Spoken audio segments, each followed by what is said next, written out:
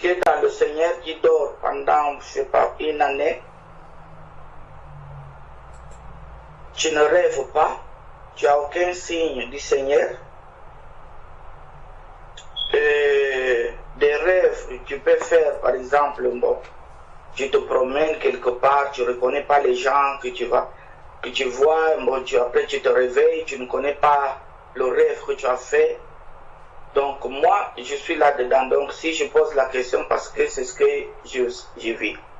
Normalement, j'entends beaucoup de gens, j'ai rêvé, je vis une vision, je vis ceci et tout, mais moi je ne sens rien de ces... Je dors avant de dormir, je fais ma prière, je prie, je me remets la nuit aux mains de Dieu, mais quand je dors, je n'ai pas de rêve, je n'ai pas de vision comme les autres voient.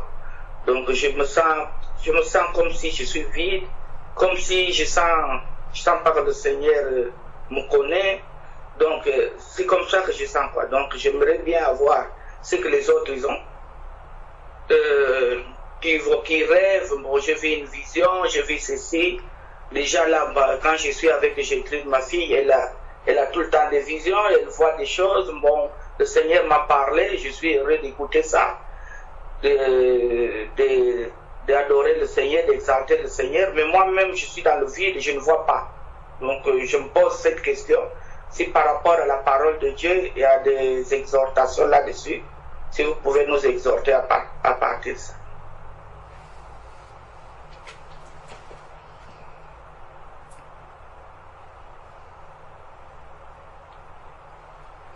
Amen. Amen. Bon, il y a plusieurs sujets sur lesquels on doit revenir. Je ne sais pas dans quel ordre on va les prendre. En tout cas, il y avait déjà 2 sujets que j'avais notés sur lesquels il faut revenir. Et il y a la question de Maman Amélia.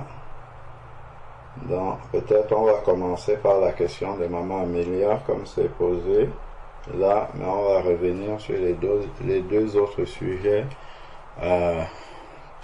après. Dans les 2 autres sujets que j'avais notés, il y a lorsque la sœur Ingrid a parlé en langue, donc il y a une exhortation que je voulais lui donner par rapport à cela. Sœur Ingrid, tu es avec nous?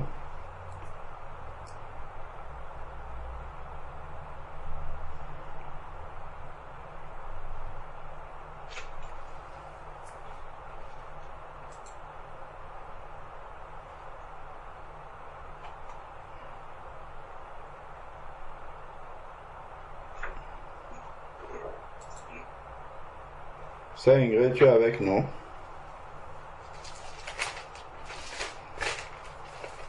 Ok, bon. Donc ça c'était le premier point. Et le deuxième point, c'est l'exhortation que le Seigneur nous a donnée par la bouche de la sœur Florence, en nous disant que c'est notre manque de foi qui nous affaiblit. C'est quelque chose qui m'a beaucoup parlé. C'est les 2 points sur lesquels je souhaitais revenir. Et donc là il y a la question de Maman Amélia. Donc par rapport à ta question, Maman Amélia, je vais commencer d'abord par une question. Et à partir de là on va avancer. Est-ce que tu es convaincu que tu es un enfant de Dieu qui est né de l'Esprit de Dieu? Oui. D'accord.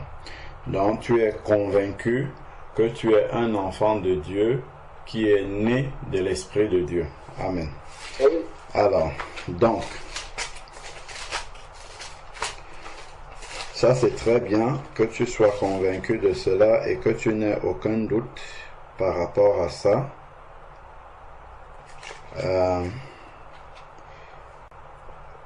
Alors,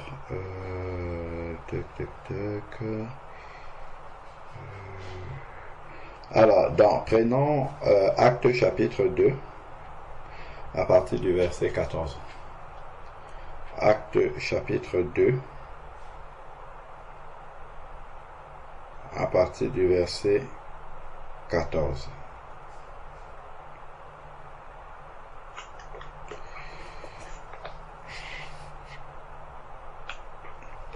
Acte 2, à partir du verset 14, il est écrit: Alors Pierre debout, c'est le jour de la Pentecôte, lorsque Pierre a commencé à parler.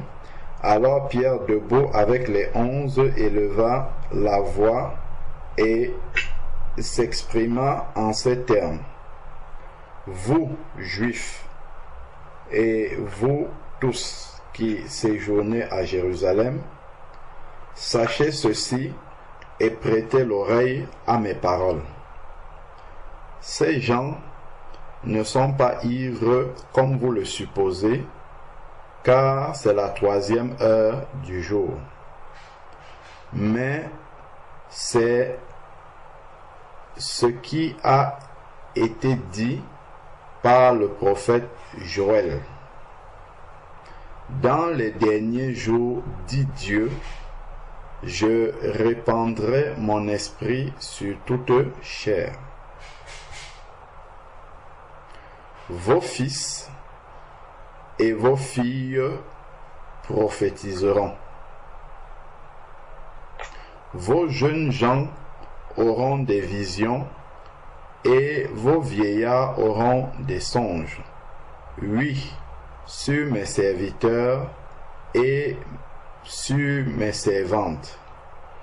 Dans ces derniers jours, je répandrai mon esprit. Et ils prophétiseront. Je ferai des prodiges en haut dans le ciel et des signes en bas sur la terre, du sang, du feu et une vapeur de fumée. Le soleil se changera en ténèbres et la lune en sang, avant que vienne le jour du Seigneur, ce jour grand et magnifique. Alors quiconque invoquera le nom du Seigneur sera sauvé. Amen. Amen. Dans ce passage, l'apôtre Pierre explique ce que le Seigneur fait dans les derniers jours.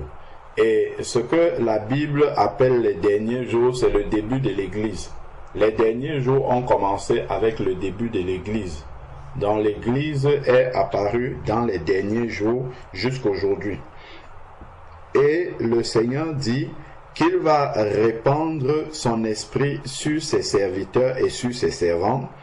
Et lorsque l'Esprit de Dieu vient en quelqu'un, la personne naît de nouveau. C'est pour ça que je te demandais si tu as la conviction que tu es né de nouveau.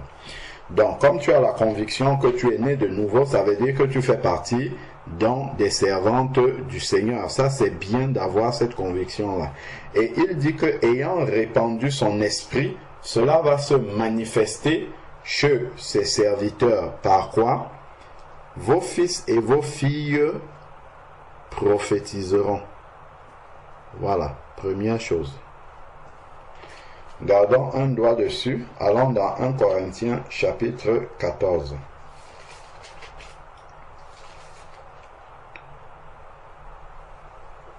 1 Corinthiens chapitre 14 verset 3. 1 Corinthiens chapitre 14 verset 3. Je crois qu'on va attendre maman Amélia parce qu'elle n'est pas là.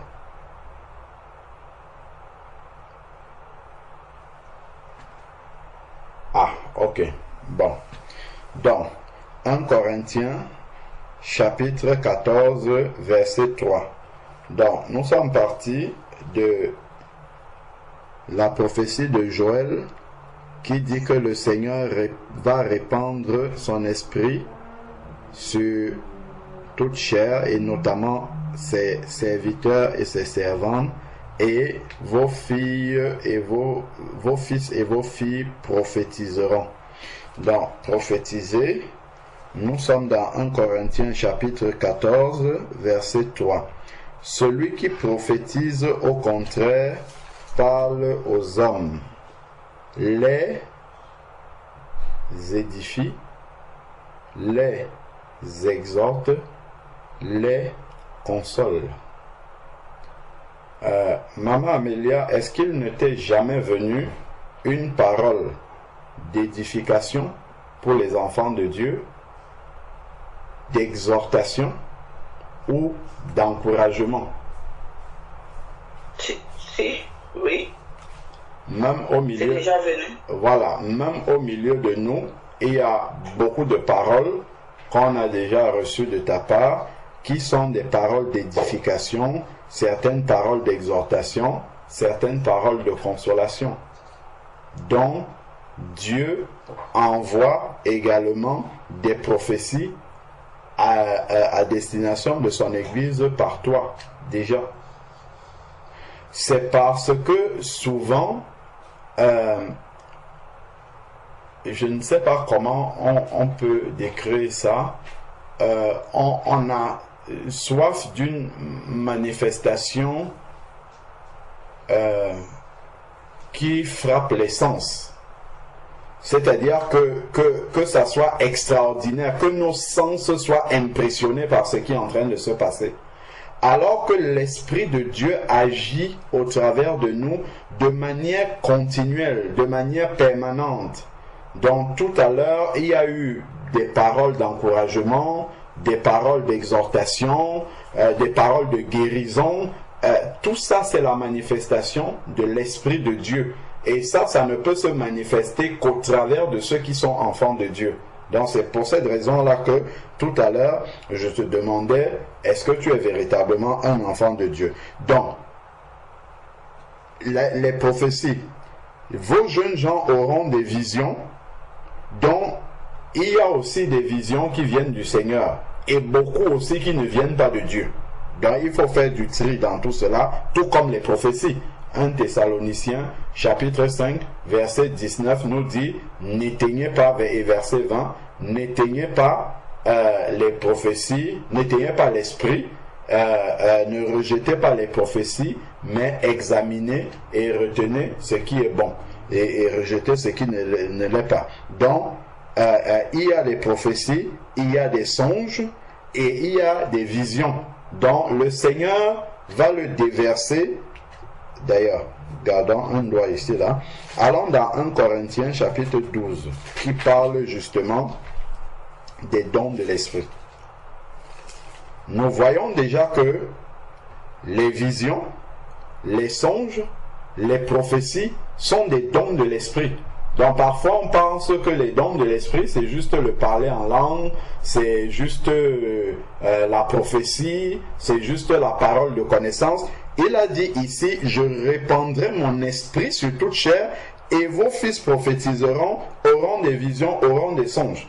Donc visions, songes, prophéties, tout ça sont des dons de l'esprit. Ça vient avec l'esprit. C'est parce qu'il a répandu son esprit sur toute chair qu'il va parler au travers des prophéties, qu'il va parler au travers des songes, qu'il va parler au travers des visions.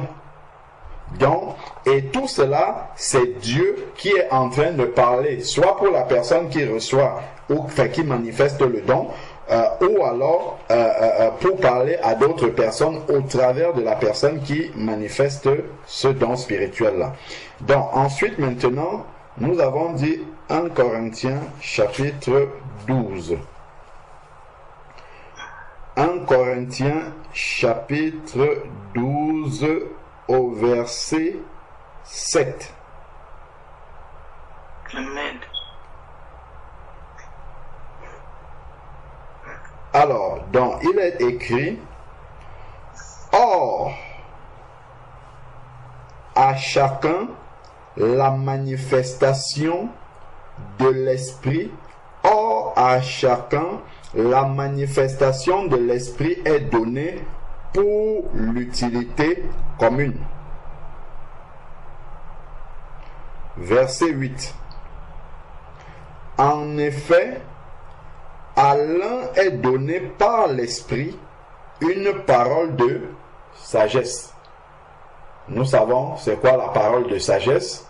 C'est une intelligence surnaturelle de Dieu dans une circonstance donnée où on est peut-être bloqué dans une difficulté et Dieu donne la sagesse à un de ses enfants pour apporter la solution.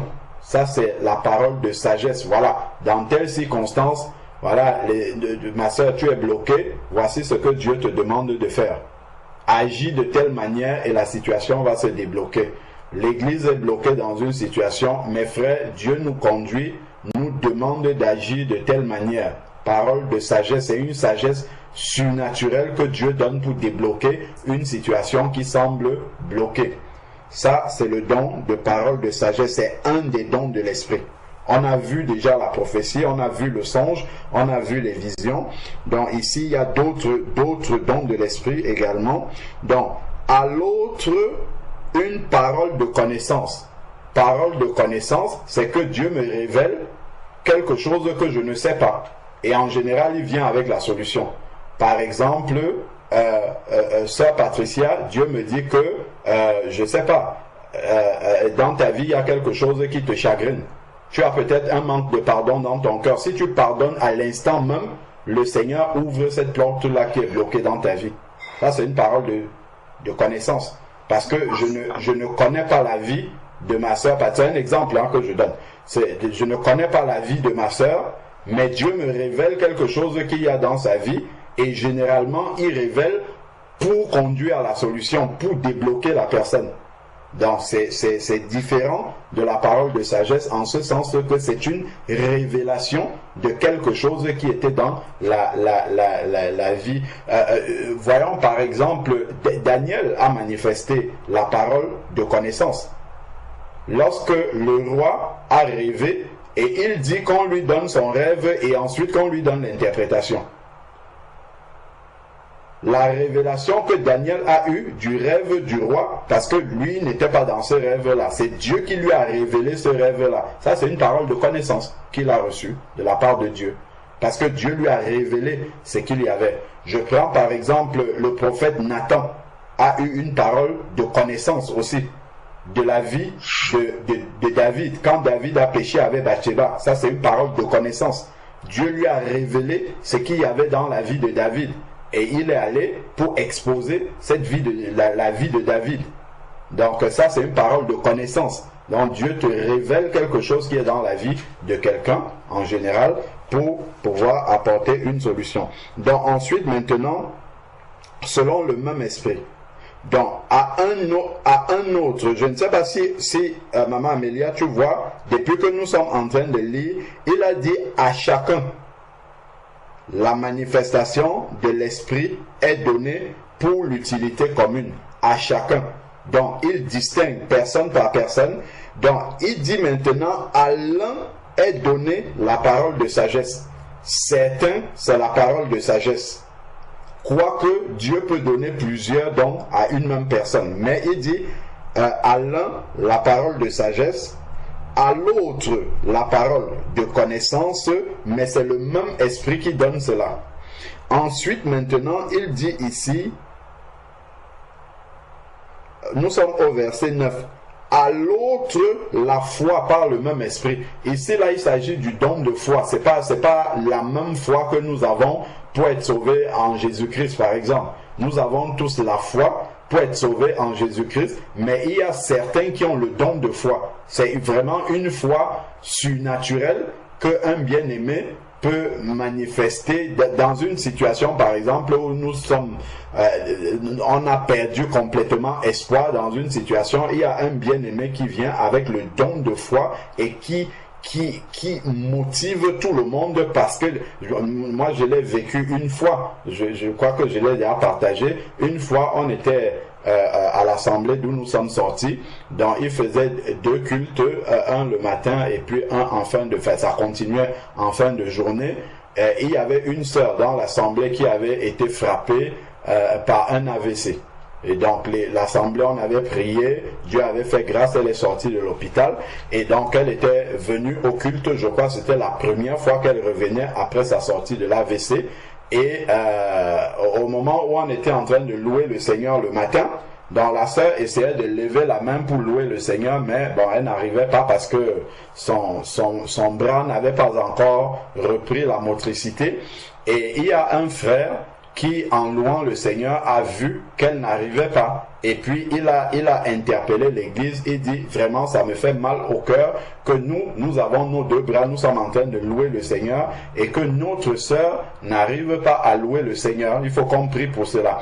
Bon, je crois qu'on avait prié et l'après-midi, maintenant, lors du culte de l'après-midi, à un moment donné, c'était un temps de manifestation dans l'église. Le pasteur était en train de parler au micro et il présente une jeune sœur qui était là, qui était venue, qui n'était pas de l'assemblée, qui était venue pour assister à ce temps de communion fraternelle, et il demande à la sœur de venir pour se présenter, pour chanter un cantique à la gloire de Dieu.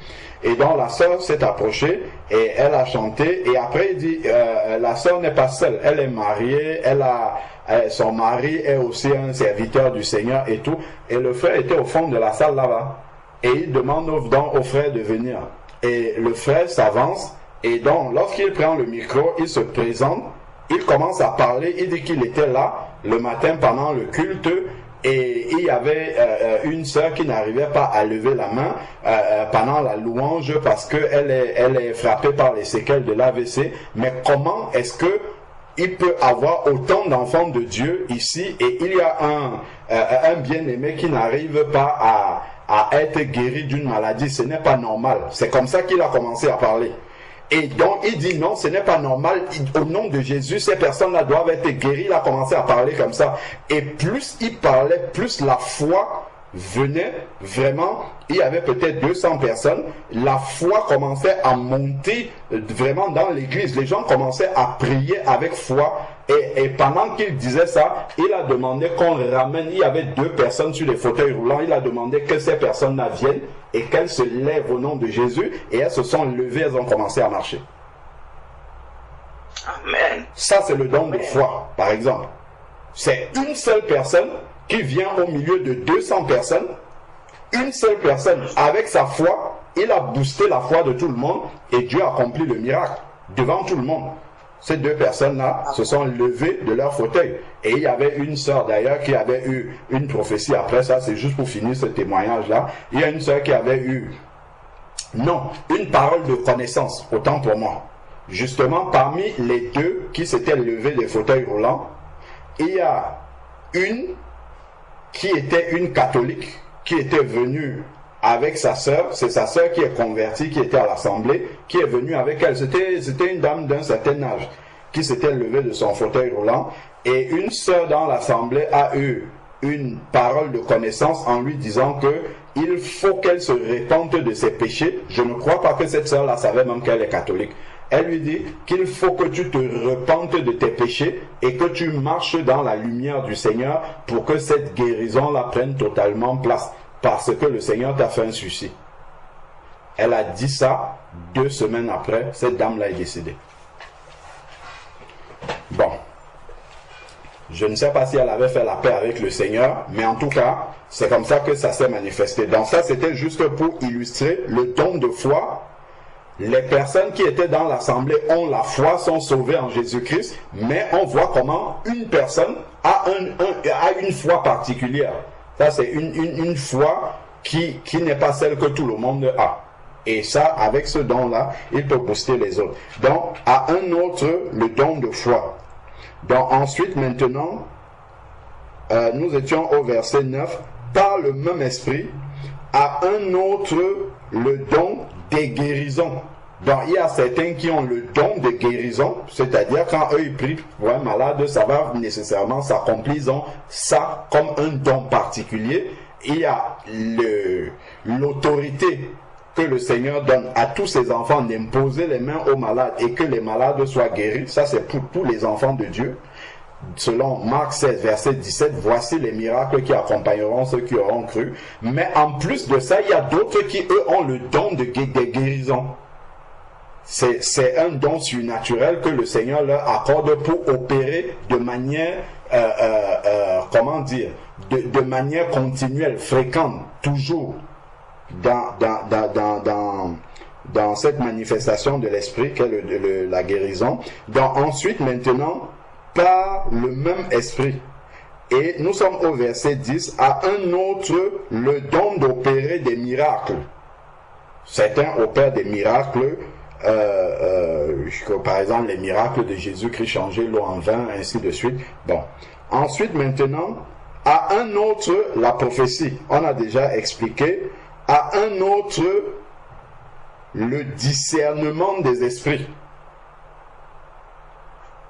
Et il y a quelqu'un qui va arriver ici. Il y a la présence des anges au milieu de nous. Le Seigneur est en train de parler de telle façon.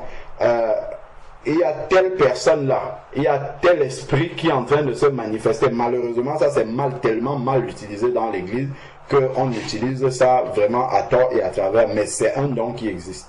Le discernement des esprits. Ça peut être les esprits angéliques, ça peut être des esprits démoniaques, mais généralement c'est plus les esprits démoniaques en fait que les personnes voient, mais il y a aussi la présence angélique que Dieu peut permettre à quelqu'un de discerner. Donc ensuite maintenant, diverses sortes de langues à une autre interprétation. Donc ça c'est la partie qui concerne l'exhortation que je voulais apporter à la sœur Ingrid tout à l'heure. Donc, les diverses sortes de langues, en fait, ça c'est la prophétie qui se manifeste dans l'église par le parler en langue. Et là, on doit interpréter pour que l'auditoire puisse comprendre ce que Dieu a dit en langue afin d'être édifié, consolé et exhorté, tel qu'on a vu dans 1 Corinthiens chapitre 14. Donc, il faut l'interprétation derrière, lorsque c'est en assemblée. Pourquoi? Parce que en assemblée, l'Esprit parle pour l'édification commune. C'est ce qui est écrit dans le verset 7. Or, à chacun, la manifestation de l'Esprit est donnée pour l'utilité commune. Ce n'est pas pour moi-même. Dieu me donne des manifestations de l'Esprit dans mon culte personnel, pour mon édification personnelle, mais lorsque j'arrive au milieu des frères et sœurs, toutes les manifestations de l'Esprit que Dieu va me donner, ça sera pour édifier mes frères et sœurs. Parce que Dieu sait que là, maintenant, là, je suis en assemblée, il le sait. Donc ce n'est pas à ce moment-ci qu'il va me donner quelque chose qui est pour moi tout seul. Sinon, je peux effectivement ressentir une montée du parler en langue, mais la Bible nous dit que là où il y a la manifestation, j'en profite, je réponds en même temps à l'exhortation que je vais donner à la sœur Ingrid. Lorsqu'il y a la manifestation des dons de l'esprit, il y a également le fruit de l'esprit qui doit être manifesté. Ce n'est pas l'un sans l'autre. Les dons de l'esprit se manifestent accompagnés du fruit de l'esprit. Galates 5, verset 22, nous donne le fruit de l'esprit. Donc, si je suis en train de manifester un don de l'esprit, les fruits de l'esprit doivent l'accompagner. Parmi ce fruit de l'esprit, il y a la maîtrise de soi. Donc, je ne perds pas le contrôle. Il faut qu'on comprenne une chose, c'est que Dieu, lorsqu'il vient avec le don de l'esprit en nous, Dieu ne viole jamais la volonté de son enfant, jamais. Ça n'arrive jamais. Que ça soit pour l'accepter, on avait partagé ça, je crois, le vendredi dernier. Dieu ne viole pas la volonté d'un être humain. Que ça soit pour l'accepter comme Seigneur et Sauveur, il ne va jamais violer ta volonté. Que ce soit pour que tu manifestes un don spirituel, Dieu ne va pas venir, il te prend en otage comme ça, et puis il commence à envoyer le parler en langue dans ta bouche, et puis tu ne peux plus t'arrêter. Ça, c'est parce qu'on ne sait pas encore comment fonctionne ce don-là. Dieu est un Dieu d'ordre, il est ordonné. On ne peut pas commencer à parler en langue comme ça de manière désordonnée dans l'église sans pouvoir s'arrêter. Ça veut dire qu'on n'a pas encore compris comment est-ce que ça marche. Normalement, quelqu'un qui a reçu ce don-là, Dieu est ordonné. Il sait que là, maintenant, c'est le temps du culte. Si le parler en langue vient de manière intelligible, ça doit être interprété derrière. Donc, si justement j'ai besoin, par exemple, lorsque je suis en train de vous parler, de m'édifier, Ben, tout à l'heure, tout à l'heure, mon micro était coupé. Personne ne m'entend, je parle en langue, et lorsque je débloque le micro, je vais parler maintenant avec mon intelligence. Parce que en parlant en langue, pour moi, tout seul, ça m'a chargé comme une batterie, et maintenant je peux parler avec mon intelligence pour édifier mes frères et sœurs. Donc, l'interprétation lorsqu'on est en assemblée. Ensuite, maintenant, verset 11.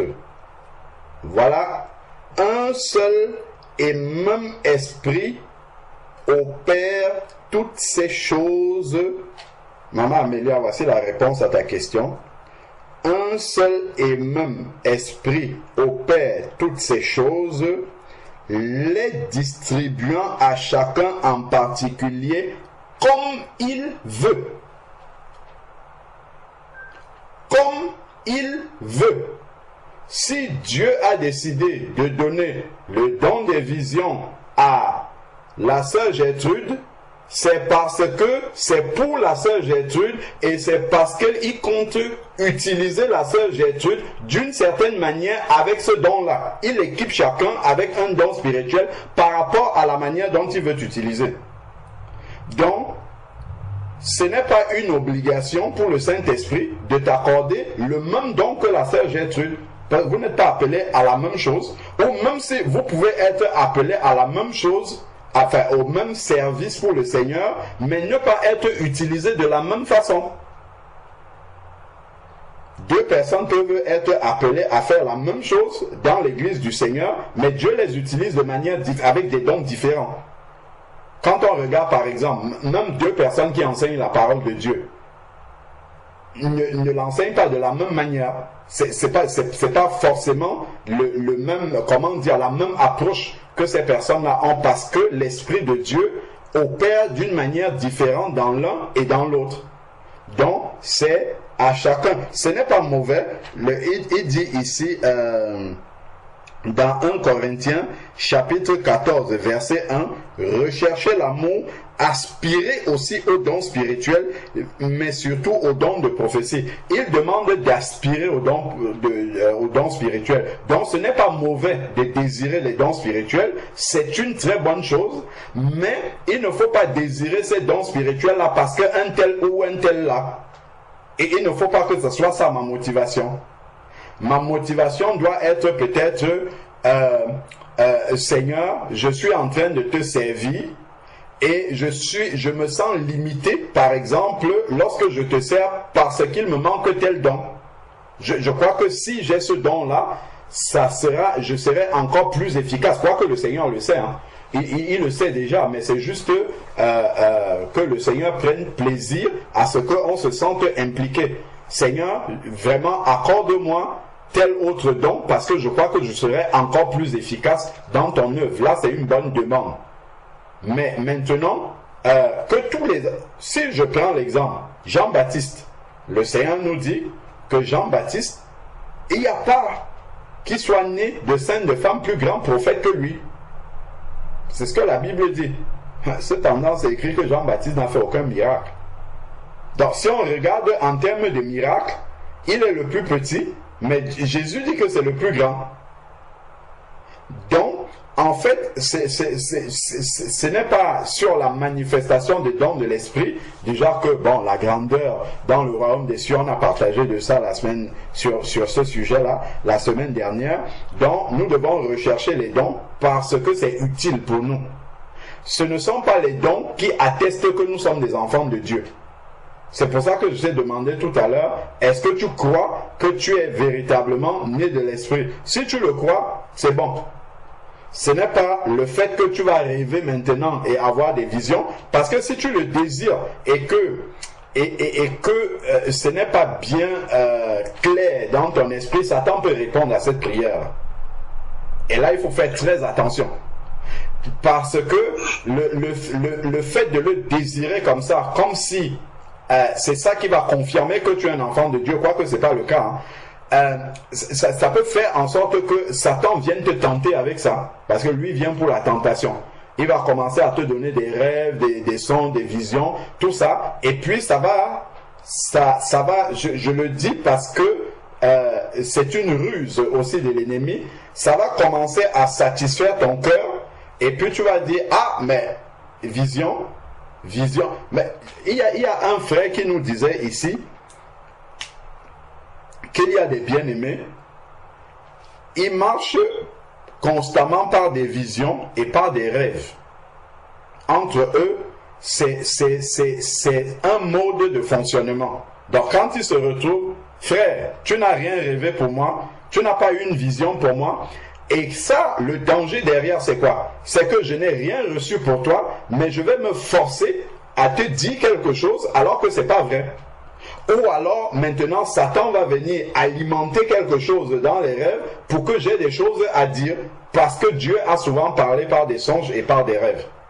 Et donc, par rapport à cela, il faut faire bien attention. Le mode de communication le plus direct que Dieu a pour nous tous, c'est sa parole. La parole de Dieu est déjà une expression de l'Esprit de Dieu, parce que déjà, il faut avoir l'Esprit de Dieu pour la comprendre. Ça, c'est déjà la réponse directe du Seigneur. Le moyen de communication du Seigneur direct, c'est déjà sa parole qui est là devant nous. Après, maintenant, les manifestations de l'Esprit sont données à chacun comme il veut. L'Esprit distribue comme il veut. Donc, ne te considère pas comme étant une moindre des chrétiennes parce que tu n'as pas de vision, tu n'as pas de songe. Encore rendre gloire à Dieu parce que dans ces visions et dans ces songes-là, l'ennemi peut venir te tromper là-dedans si tu n'as pas de discernement. Parce que plus tu as des visions, des songes, plus il faut que tu connaisses la parole de Dieu au bout des doigts. C'est comme la prophétie aussi. Plus le Seigneur commence à te communiquer les dons, prophétie, d'ailleurs même tous les dons là, prophétie, vision, discernement des esprits, tout ça, plus tu as des dons, plus il faut que tu sois aiguisé dans la parole du Seigneur.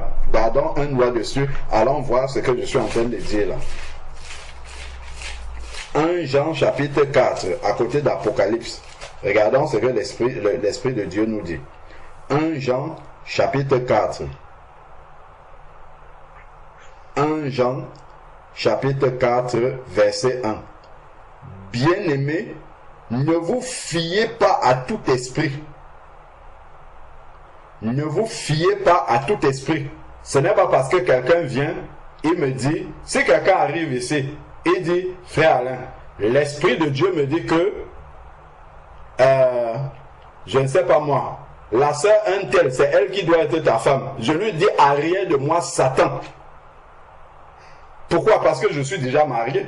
Mais si je n'ai pas la connaissance de la parole de Dieu, qu'est-ce que je vais dire? Ah oui, en effet, je ne suis pas marié avec la bonne femme, c'est telle personne qui devrait être ma femme. Mais pas du tout. Pas du tout. Donc, c'est avec la parole de Dieu, et c'est comme ça qu'on voit, hein, dans l'église, il y a beaucoup de ces choses-là. Où les uns ont marié les uns avec... Il y a une sœur qui est à Nice, au moment où, à l'église de Nice, quand on a fait la connaissance de la sœur, quand ils se sont convertis au Seigneur, ils étaient dans une assemblée où il y avait un monsieur qui disait qu'il est un prophète, et lorsque tu te convertissais, il t'attribuait une femme ou un mari. Voilà, Dieu m'a dit que tel est ton mari. Et à la sœur était une jeune convertie célibataire. On lui dit que voilà ton mari là-bas que Dieu t'a donné. Ce mari-là, bon, non seulement elle ne sait pas si ça vient de Dieu, mais de deux, ce monsieur-là, il est marié. Est-ce que ça, c'est la parole du Seigneur, ça? Le Seigneur dit que l'homme est lié à sa femme tant qu'ils sont vivants. Quelqu'un vient avec une prophétie. Comme tu es devenu un enfant de Dieu, né de nouveau, Dieu t'a attribué un mari. Le voilà là-bas. Et ça, c'était pour tous ceux qui sont nés de nouveau. Hein. Que tu sois marié ou pas, quand tu nais de nouveau, là-bas, il te montre ton mari ou ta femme. Seulement, il fait ça, il montre des personnes. Déjà, ce n'est pas biblique. Et en plus de ça, des personnes même qu'il montre sont déjà engagées dans les liens du mariage. Quel désordre! S'il n'y a pas l'exercice d'éprouver les esprits, et comment est-ce qu'on éprouve les esprits? Comment éprouve-t-on les esprits? C'est écrit ici. Bien-aimés, ne vous fiez pas à tout esprit, mais éprouvez les esprits pour savoir s'ils sont de Dieu. Car plusieurs faux prophètes sont venus dans le monde. Les faux prophètes ne sont pas toujours conscients qu'ils sont des faux prophètes.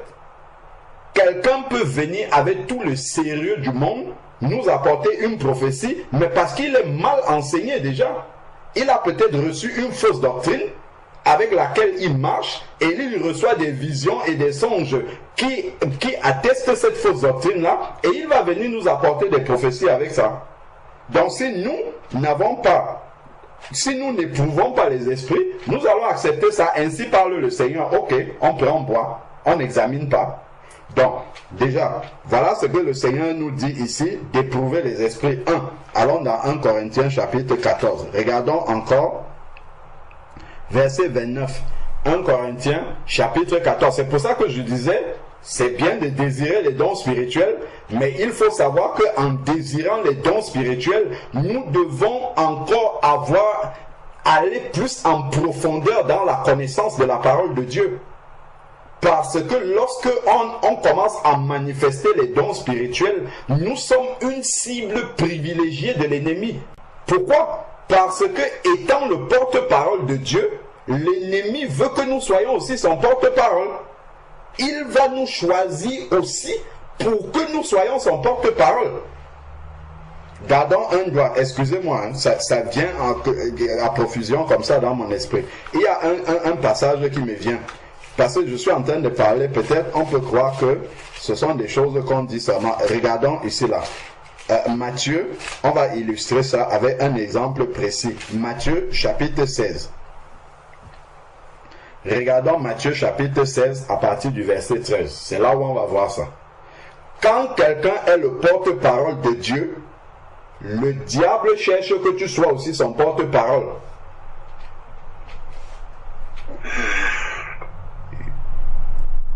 Matthieu chapitre 16 à partir du verset 13.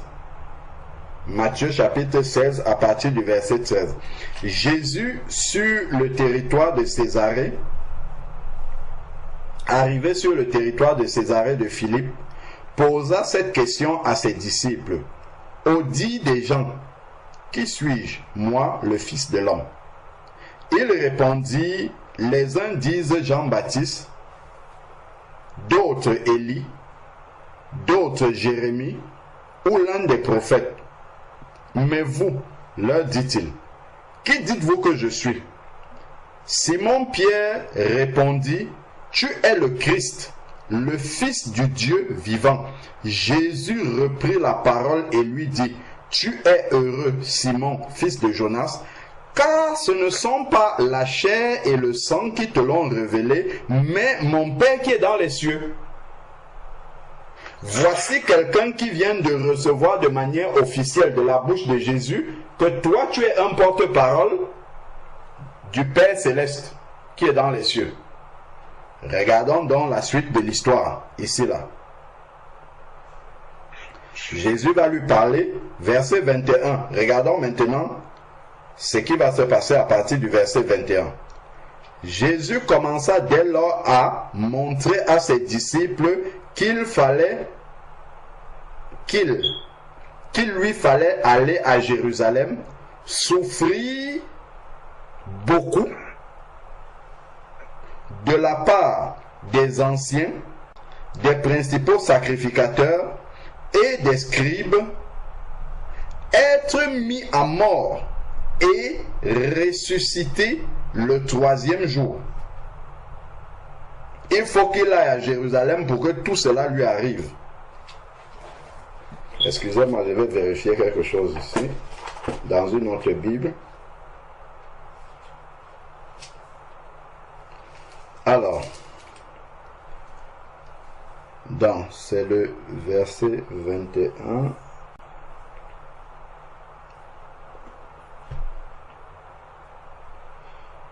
Alors, qu'il fallait qu'il aille. Alors, ce que Jésus est en train de leur dire là, sont des prophéties qui sont écrites de lui déjà. Ce qu'il est en train de dire là, il n'est pas en train d'inventer ça.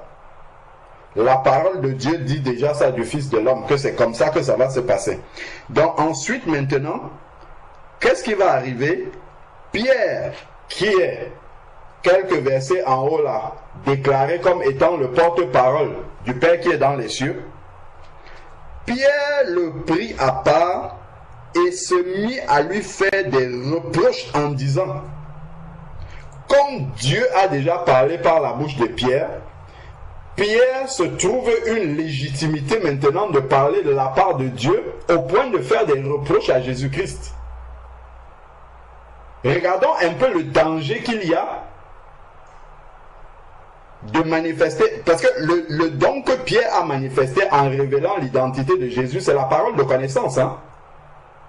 C'est une parole de connaissance que le Père Céleste a révélée à Pierre, en lui révélant qui est Jésus-Christ là. C'est une parole de connaissance. Parce que Jésus a posé une question, les autres ne connaissaient pas. Et le Père Céleste a révélé cela à Pierre. C'est une parole de connaissance. Donc Pierre ayant manifesté la parole de connaissance, voilà quelqu'un qui manifeste le don de l'Esprit. Et maintenant, comme il a manifesté ce don-là, il va maintenant reprendre Jésus-Christ, qui est la vérité. Donc il le reprend maintenant ici, il lui fait des reproches en disant, à Dieu ne plaise. Aïe. Ça c'est ce qu'il dit au Seigneur. À Dieu ne plaise.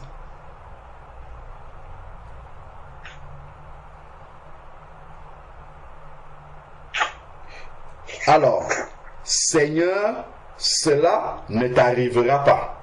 Aïe. S'il n'y a pas le discernement ici, qu'est-ce qu'on fait?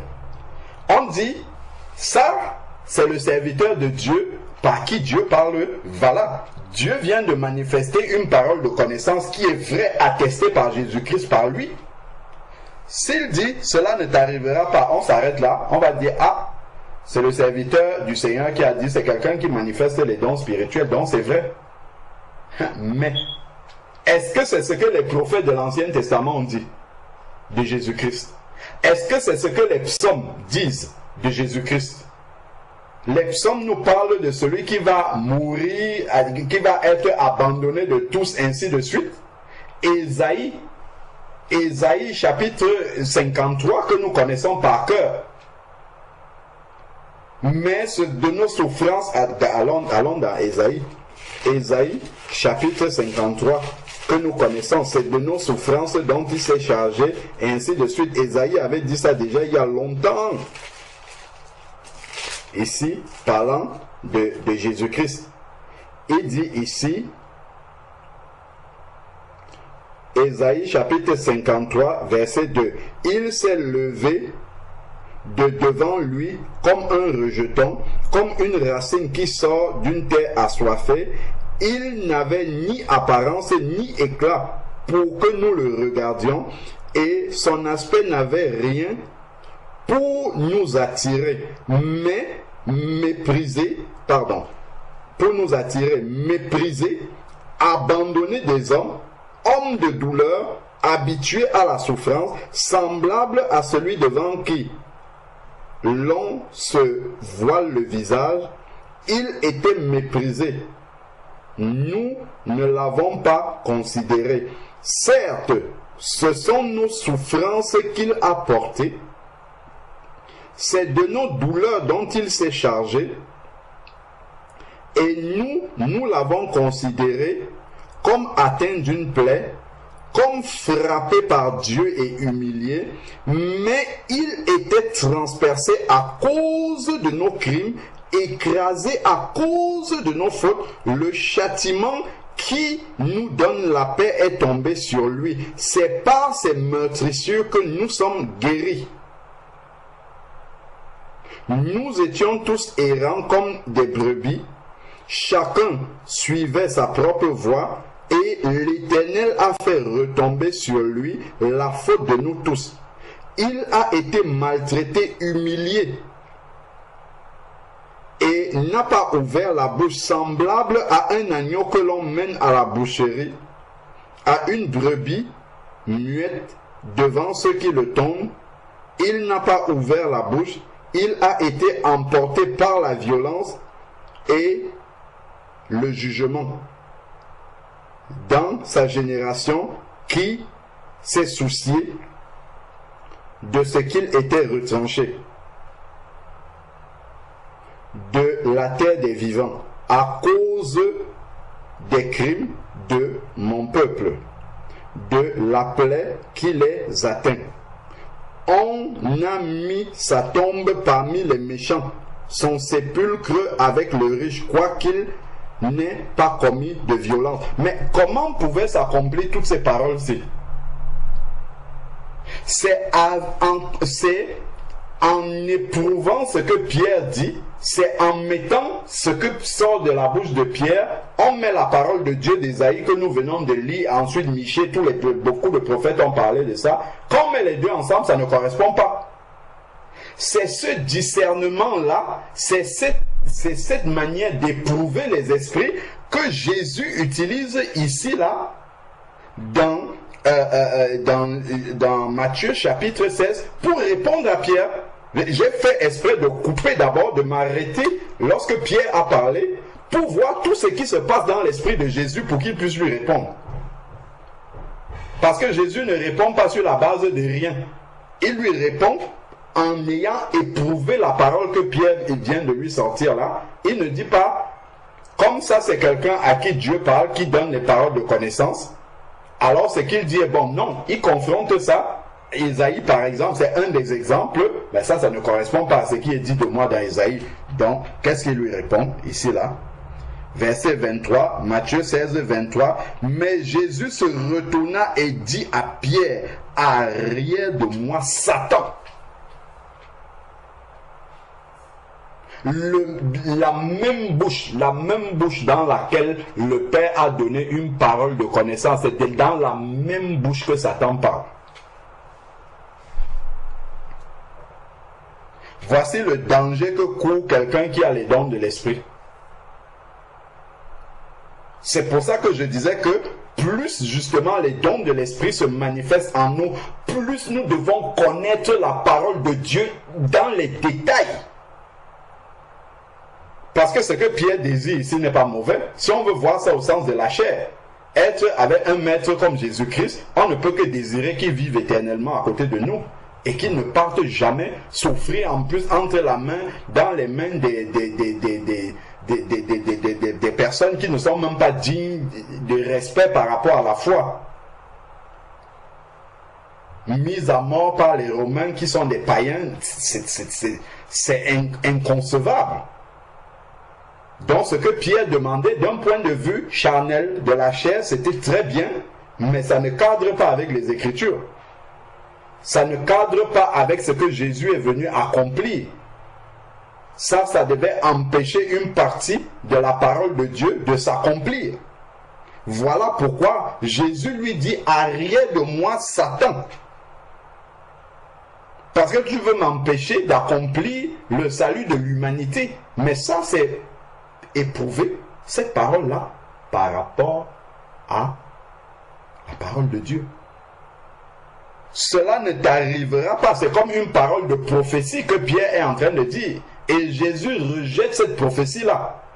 Parce que la parole de Dieu dit autre chose. Donc il éprouve cette prophétie que Pierre est en train de dire, le même là qui a eu la parole de connaissance, et il lui dit, ça là, c'est Satan. Arrière de moi, Satan. Donc ici, tu es pour moi un scandale. Il parle à Satan, tu es pour moi un scandale, car tes pensées, la prophétie que tu viens de donner là, tes pensées ne sont pas celles de Dieu, mais celles des hommes. Pourquoi? Parce que les hommes regardent selon la chair. La chair du maître, ça va souffrir à la croix. Il ne peut pas quand même mourir. C'est l'intelligence humaine qui réfléchit comme ça. Mais Jésus, lui, il est venu pour accomplir les Écritures. Donc, nous voyons, c'était pour nous montrer un exemple ici, de voir que celui qui manifeste les dons de l'esprit là, est quelqu'un qui est en danger spirituel. Je ne dis pas que c'est mauvais, hein, de manifester les dons de l'esprit, mais je dis que celui qui manifeste les dons de l'esprit doit être très vigilant. Pourquoi? Parce que comme il est un porte-parole du Seigneur, Satan veut qu'il soit aussi son porte-parole. Pourquoi? Parce que étant un porte-parole du Seigneur, il est crédible parce qu'il parle de la part de Dieu, pour que Satan puisse l'utiliser pour envoyer aussi sa propre semence. Parce que lui, étant crédible, les gens vont croire au travers de lui. Donc, voilà un exemple. Et effectivement, en demandant les dons de l'esprit, il faut aussi davantage creuser dans la parole du Seigneur pour s'affermir véritablement, ce qui fera en sorte que nous ne serons pas un porte-parole de Satan, quoi qu'il va vouloir nous utiliser comme son porte-parole. Donc,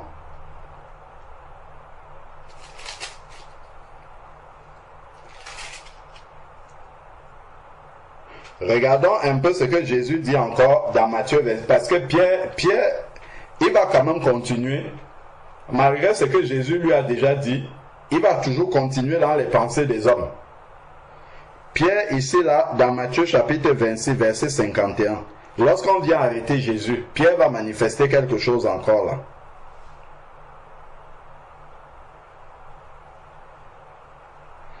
Donc, ça, Judas est venu, il a déjà montré aux personnes qui l'accompagnent qui est Jésus. Un de ceux qui étaient avec Jésus étendit la main, on sait que c'est Pierre d'après le livre de Jean, tira son épée, frappa le serviteur du souverain sacrificateur et lui emporta l'oreille. Alors Jésus lui dit, remets ton épée à sa place.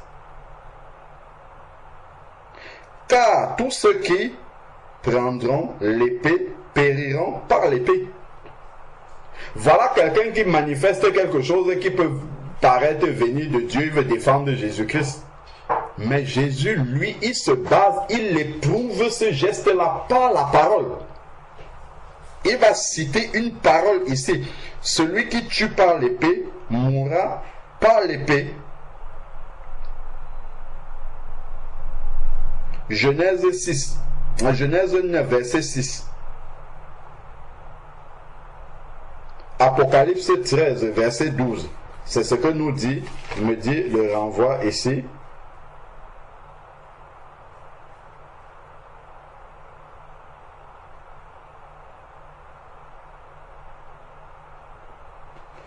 Voilà.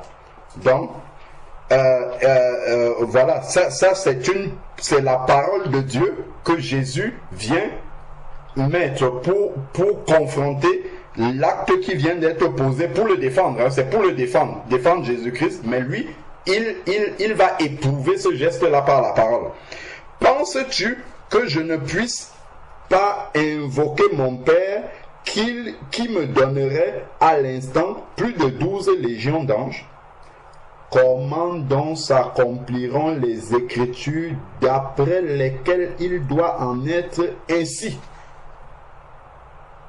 Voilà donc Jésus-Christ rappelle que les Écritures doivent s'accomplir. Ça, c'est pour expliquer pourquoi il a dit à Pierre dans Matthieu chapitre 16, verset 23, « Arrière de moi, Satan ». Parce que les Écritures doivent s'accomplir. Donc, il éprouve ce que Pierre a dit, ce qu'il est en train de faire là. Il éprouve ça par les Écritures. Donc, celui qui manifeste les dons spirituels doit impérativement éprouver cela par les Écritures. Regardons, on avait ouvert 1 Corinthiens chapitre 14. On a lu 1 Jean chapitre 4 où le Seigneur demande d'éprouver les esprits. Encore ici, dans 1 Corinthiens chapitre 14, verset 29, pour les prophètes, que 2 ou 3 parlent et que les autres jugent. Donc le Seigneur nous demande de juger, d'examiner, examiner les prophéties. 1 Thessaloniciens, j'ai cité tout à l'heure, mais on n'a pas lu. 1 Thessaloniciens chapitre 5, verset 19 à 20. N'éteignez pas l'esprit, ne méprisez pas les prophéties, mais examinez toutes choses et retenez ce qui est bon. Donc le Seigneur demande, pourquoi il demande d'examiner? Parce que celui qui manifeste la prophétie ou quelque autre don spirituel est la cible privilégiée de l'ennemi pour également envoyer ses propres messages aussi par lui. C'est pour ça que les visions, les songes, tout ça là, ce n'est pas mauvais. Dieu peut parler par là, comme on a vu dans sa parole, mais attention, plus on reçoit du Seigneur d'une manière ou d'une autre, plus on doit examiner. Même celui qui enseigne la parole de Dieu, même enseigner la parole de Dieu, c'est un don. Le don d'enseigner la parole, c'est un don. Donc on doit bien connaître aussi les Écritures pour ne pas dire n'importe quoi qui va contredire une partie de la parole de Dieu.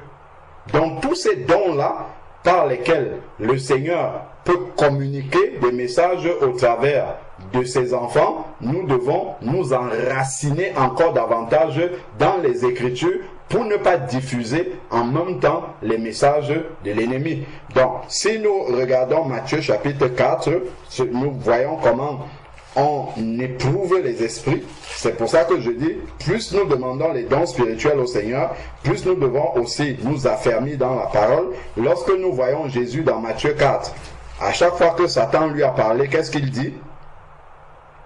Il est écrit, il est aussi écrit, il est écrit ceci Satan, il est écrit, il est écrit, il est écrit. Donc voilà comment est-ce que il éprouve ce que Satan était en train de dire, parce que Satan venait lui citer aussi des versets bibliques.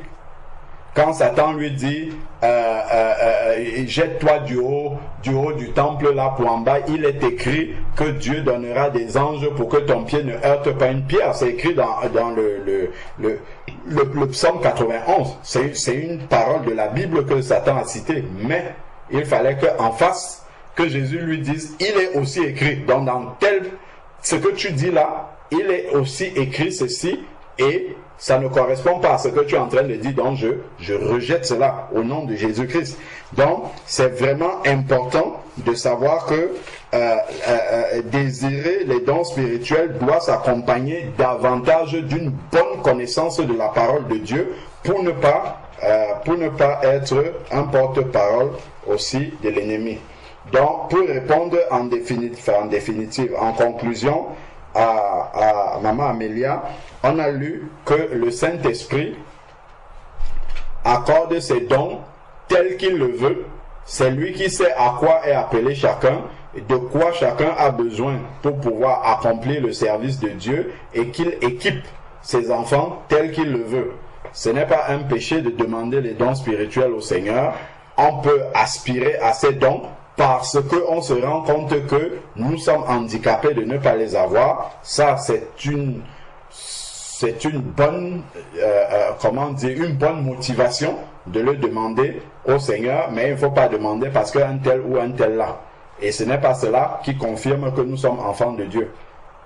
Donc, c'est vraiment ça, et manifester vraiment, faire persévérer beaucoup dans les Écritures pour avoir le discernement qu'en manifestant les dons de l'Esprit, qu'on ne puisse pas aussi envoyer des paroles qui ne viennent pas de Dieu au milieu de tout cela. Amen. Amen. Au fait, le problème c'est quoi? Non. Amen. En fait, si j'ai pris l'exemple de Gertrude, c'est parce que, juste un exemple comme ça que j'ai pris, mais ce n'était pas par rapport que le Seigneur me donne ce qu'il a donné à Gertrude. Parce que Dieu, il donne selon ce qu'il veut, comme vous venez de dire, à la personne. Donc, chacun de nous a un don, le don qu'il nous a versé. Mais je me sens comme si je ne rêve pas, je ne vois pas de... quand je dors, je me réveille, c'est des rêves un peu bizarres, des fois que je ne reconnais pas, et tout ça. Donc, quand j'entends quelqu'un qui parle des rêves, pour moi, je me dis, mais pourquoi moi, je ne rêve pas, vous voyez? Donc, c'est ça, c'est pas par rapport, non, que Dieu doit me donner ce qu'il a donné à Gertrude ou qu'il a donné à qui que ce soit. Parce que chacun de nous a un don. Moi, je sais que j'ai un don de connaissances, je pense que j'ai. Et parce que j'arrive à discerner certaines choses, j'ai le don aussi de discernement, mais celui de rêve, c'est ça que je trouve quand quelqu'un dort, j'aimerais bien dormir les anges, je vois des anges, des trucs comme ça, tu vois, c'est ça au fait. Je dors dans le vide, c'est ça au fait mon problème. Mais je sais que je manifeste, j'ai des dons, des prophéties à de moi-même. Je peux parler à quelqu'un, mais je suis en train de prophétiser à la personne. Donc, au fait, c'est ça. Ce n'était pas par rapport que non, je dois avoir les mêmes pour Gertrude. Gertrude a été faite d'une autre manière. Dieu l'avait fait des dons à elle. Moi, c'est à moi. Donc, voilà quoi. Gloire à Dieu, gloire à Dieu. Maman Amélia, tu sais que des fois, Dieu peut répondre à ta prière, toi-même tu commences à fuir. Hein. Je ne sais pas si tu te rappelles les visions de Daniel. Oui. Daniel avait peur les visions qu'il recevait. Il dit que parfois il restait, il tremblait, il avait même peur d'aller dormir par rapport aux visions que Dieu lui donnait. Parce que ce ne sont pas toujours des messages qui peuvent être simples. Hein. Donc parfois ça peut être compliqué. Donc soyons dans la joie de ce que Dieu nous donne. Demandons-lui si on a besoin encore de plus. Il vaut mieux dormir dans le vide que d'avoir des visions qui sont compliquées. Hein? Parce qu'au moins quand tu dors dans le vide tel que tu l'appelles, là tu te lèves, tu as l'appel dans ton esprit, tu pries et puis tu continues. Mais alors qu'il y a certaines visions qui peuvent vraiment, comment dire, en tout cas, qui peuvent être difficiles à gérer.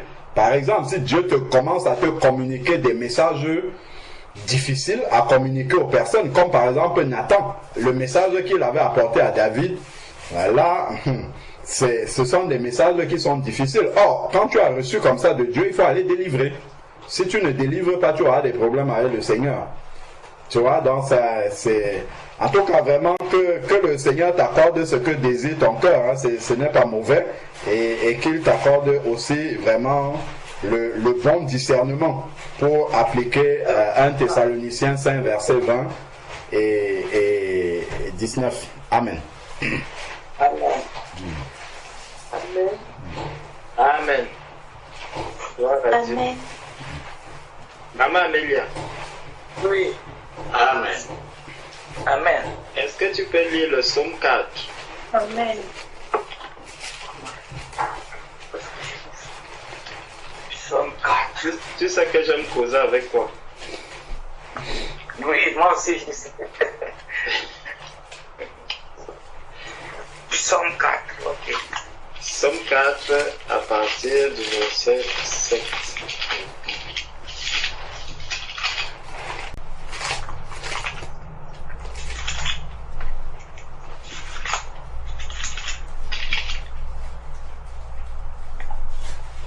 À partir du verset 7,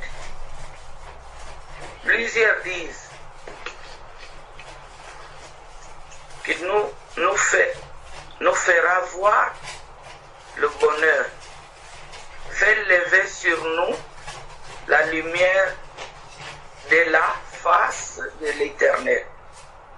Face au Éternel, tu mets dans mon cœur plus de joie qu'il n'est on. Quand abondant l'air froment et l'air moute. Je me couche et je m'endors en paix, car toi seul, ô Éternel, tu me donneras la sécurité dans ma demeure. Amen. Amen. Tu vois la grâce que tu as, maman Amélia, de pouvoir te coucher et de t'endormir en paix. Amen. Amen. Est-ce que tu sais qu'il y a beaucoup de personnes, maman Amélia, Oui. qui vraiment sont torturées toute la nuit et ils se réveillent le matin bien fatigués. Oui. Et pour eux, justement, ils veulent avoir une seule nuit où il va dormir comme un bébé sans faire de rêve. Tu sais qu'il y a, ils sont pleins comme ça dans le monde, maman Amélia. Que ce soit des chrétiens, que ce soit même des païens. Chez les païens, c'est encore pire. Plein comme ça, dont les nuits sont perturbées. Amen. Tu vois comment est-ce que tu es privilégié devant le Seigneur, maman Amélia. C'est une grâce de dormir comme un bébé et de se réveiller le matin en forme pour repartir dans tes travaux. Amen. Mais il y a quelque chose que j'ai aimé dans ta question Amen. et qui est très très importante. C'est que cette question, en fait, maman Amélia, elle révèle un mal-être dans l'église. Tu vois? Oui. Cette question, ce n'est même pas... D'accord. C'est un grand problème dans l'église même. Toi, tu as seulement parlé peut-être des rêves que tu veux avoir, des prophéties, des choses que tu veux voir peut-être dans le sommeil et tout et tout et tout. Mais l'Église connaît une période vraiment trouble à cause de ce mal-être que les uns et les autres expriment. Est-ce que tu comprends un peu, maman? Je ne veux même pas parler par rapport à toi, mais je vais parler un peu de manière globale. Amen. Quand tu regardes un peu aujourd'hui dans l'Église, tu vas constater que deux personnes marchaient ensemble. Elles n'ont pas de problème. Du jour au lendemain, tu vois celui-ci qui commence à se retirer, à s'éloigner de l'autre. Quand tu examines, c'est des frères, c'est des sœurs qui s'aiment bien. Tu poses la question de savoir qu'est-ce qui ne va pas, quel est le problème que vous avez eu. La personne te dit non, je ne veux plus marcher avec lui. Nous ne sommes pas faits pour avancer ensemble. Si tu sondais réellement le cœur de la personne, tu vas voir qu'il y a une mauvaise semence à la base qui s'est posée. Et ça vient du fait que, en fait, nous ne recevons pas, nous ne connaissons pas ce que c'est que la grâce de Dieu, le don de Dieu. Vraiment, merci beaucoup, maman, pour la question que tu as posée. C'est très, très, très important. Quand tu regardes un peu aujourd'hui dans l'Église, allons, prenons un peu Genèse. Prenons Genèse, chapitre 4.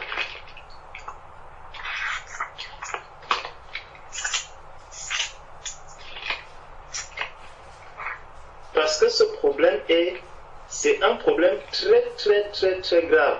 C'est que, vraiment, je rends grâce à Dieu pour la manière dont la question est venue.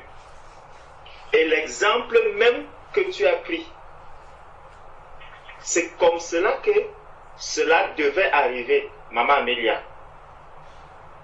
Est-ce que tu comprends? C'est de cette manière-là que cela devait arriver. Parce que c'est généralement, tu verras que c'est généralement les personnes qui sont les plus proches, qui sont les plus rapprochées, qui auront justement ce genre de problème. Et c'est généralement le diable qui vient faire cela pour que par la suite, si les personnes ne sont pas réellement converties, réellement nées de nouveau, tu vas voir la séparation arriver. Tu vas voir la division arriver.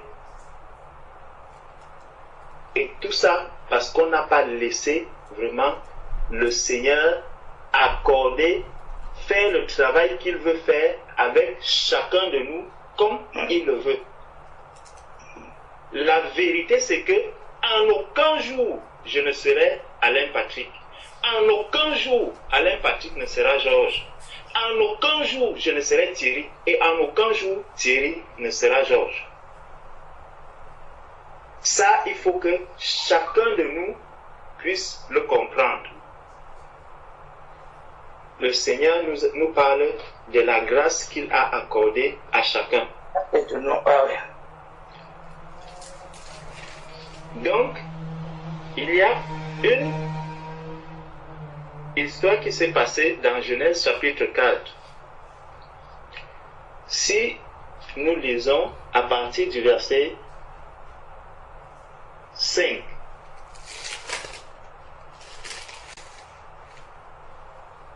Mais ne porta pas un regard favorable sur Caïn et sur son offrande. Caïn fut très irrité et son visage fut abattu. Et l'Éternel dit à Caïn, pourquoi es-tu irrité? Pourquoi ton visage est-il abattu?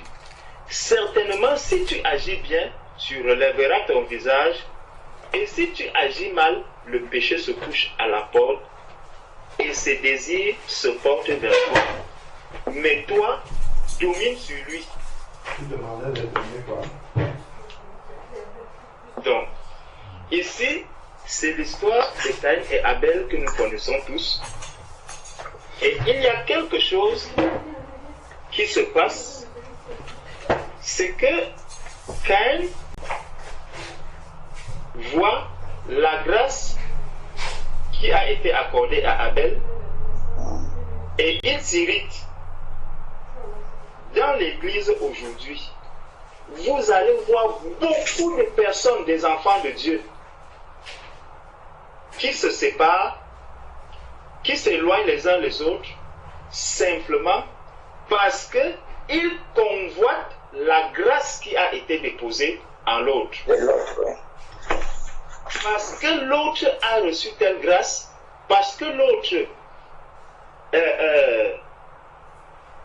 le Seigneur est en train de manifester quelque chose en lui, et moi aussi, je veux que le Seigneur manifeste la même chose en moi.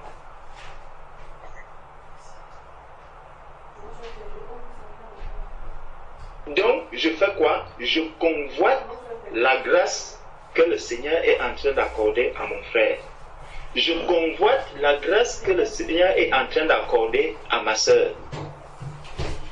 Et ça pousse à faire quoi? À ne même plus voir la grâce qui est en moi, à minimiser la grâce qui est en moi, à négliger la grâce que j'ai reçue, parce que mes regards se portent beaucoup sur la grâce qui est accordée à mon frère ou à ma soeur. Et ça va me pousser à faire quoi? Ça va me pousser à me séparer de mon frère. Ça va me pousser à ne plus aimer mon frère. Ça va me pousser à m'éloigner de mon frère. Ça va me pousser à être jaloux de mon frère ou de ma soeur. C'est ce que l'Église connaît aujourd'hui. C'est un fait qui est réel aujourd'hui. Nous pouvons ne pas le dire de bouche, mais c'est ça la vérité. C'est la vérité, oui.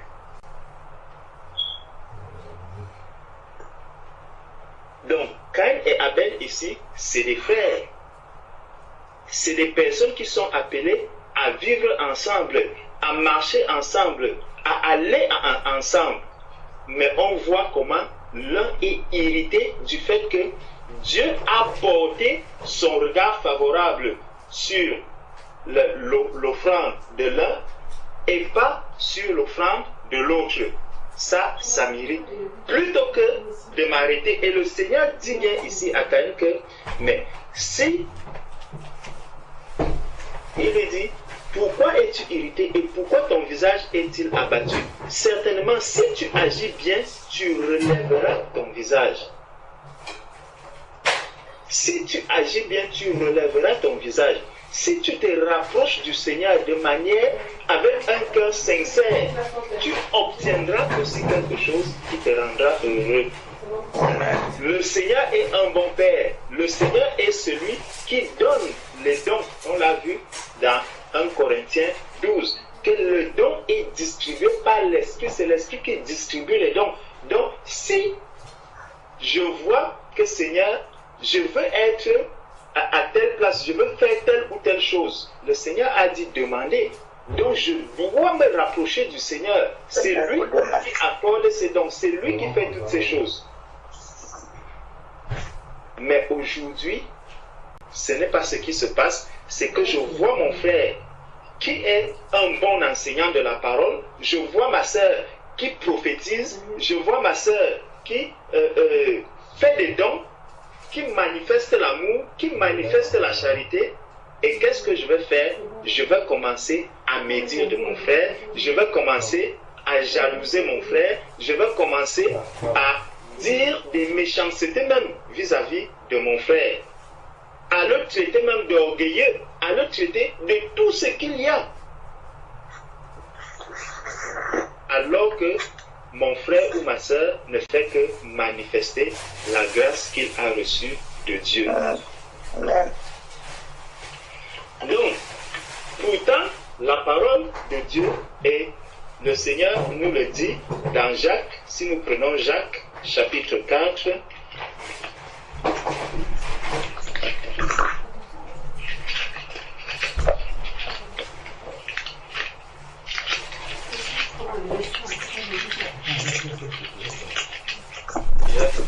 chapitre 4,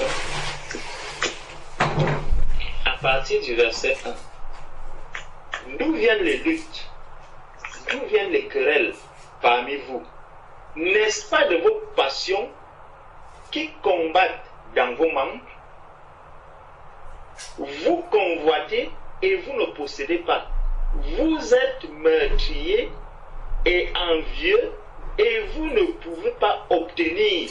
Vous avez des querelles et des luttes et vous ne possédez pas. Parce que vous ne demandez pas, vous demandez et vous ne recevez pas, parce que vous demandez mal dans le but de satisfaire vos passions. C'est que je suis un enfant de Dieu, le Seigneur veut m'utiliser, le Seigneur, c'est lui qui distribue les dons, c'est lui qui donne des dons. Et il voit le cœur que j'ai pour manifester tel don. Quelle est la motivation de mon cœur lorsque je viens demander le don de guérison à Dieu? Lorsque je viens demander le don de miracle à Dieu? Lorsque je viens demander le don de foi à Dieu? Quelles sont mes motivations? Est-ce que c'est parce que je veux concurrencer mon frère? Est-ce que c'est parce que je veux concurrencer ma soeur? Est-ce que c'est parce que je veux être plus grand que mon frère? Est-ce que c'est parce que je veux être plus grande que ma soeur? Qu'est-ce qui me motive à demander tel ou tel don à Dieu?